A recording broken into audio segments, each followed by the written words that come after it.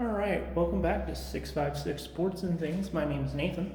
It came out today that the City of St. John's, Newfoundland and St. John's Sports Entertainment, partnering with Mile 1, has agreed in principle, have agreed to a new 5-year lease for an unknown ABA team to play in St. John's.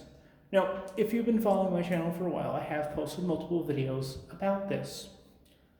The interesting thing here, and what's coming out actually reported by the Telegram, is that the entire team will play all 30 home games at Mile 1. Now, what that means when we get right down to brass tacks is they're not playing road games. Now, the issue they were saying is it makes a lot of sense as they're the only ABA market within Canada. But my answer to that is, if you're the only market in Canada, why did you come here? And what I mean by that is, if I were to start a business today, let's say I start a meat processing plant here in Halifax, for me to get investors, and one of the things they would ask is, okay, well, you want to have a meat processing plant? Are you going to be the only meat processing plant in town? Or what's your client base? What's your target market? How do other meat processing plants work in a city the size of Halifax? Which I would take to the bank if I wanted to get a loan. So why would you come out, you put up a team in the city? Now, I don't have anything against ABA basketball. If it helps the city, it helps the city. I don't live in St. John's anymore, I live in Halifax. I've been living in Halifax for about 2 years. But what I find really funny is they're going to play all their games at home.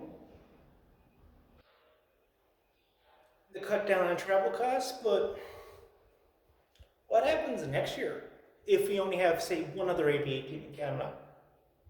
Do we expect teams to fly in? Every team to fly in? And then what happens if that team folds or you fold halfway through? I really don't know what's going on here. I'm completely baffled at this. Originally, about 3 years ago, the city had a 10-year agreement done with the Edge, who play in the National Basketball League of Canada, as well as the Newfoundland Growlers that play in the ECHL. Now, that was 3 years ago, but it's come out since then that the Edge are no longer in St. John's, or no longer playing at Mile 1. And this new basketball team has a 5-year lease instead of a 10. Now, that's a loss of 5 years, just on paper as it is, as well as the Newfoundland Growlers went from having a 10-year lease to a 3-year lease. So essentially, the city went from having 20 years of a lease to 5 plus 3, 8. 8 years of leasing that building's going to be running. And you're not even going to bring in away teams?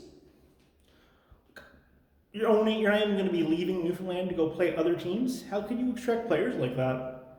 I understand that most minor leagues have a problem attracting players. However, how much of a problem is it going to be if you get a player from California? For him to leave California for 6 months of the year and come to Newfoundland. Nothing against Newfoundland, but the winters there aren't as great as they are in California. It also was announced today there's no name for the team. It's rumored to be the St. John's Rock. Honestly, it sounds more like the St. John's Crack Rock. You'd probably get more out of Crack Rock, actually. Which is funny, the whole thing is, the city of St. John's, the Edge, didn't run last year because of the pandemic, but we're still paying Mile 1.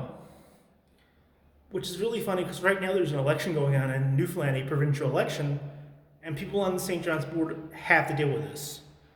The ABA does it again, and the city of St. John's do it again by dicking people around. Anyway, so what came out of this today is a new 5-year lease for an ABA team. The Edge aren't there. They have teased on their Twitter page that an announcement is coming. I just don't know what it is and when. And the city of St. John's went from having 2 separate 10-year leases with 2 teams to now having one 5-year lease with 1 team, a new team altogether, and 1 3-year lease. So they've lost over half of their lease life, essentially. And yeah, Mile 1 to hold 30 home games next year. No, the team won't travel. Anyway, if you like this video, let me know. Hit like and subscribe, and you all have a great rest of your day. Bye.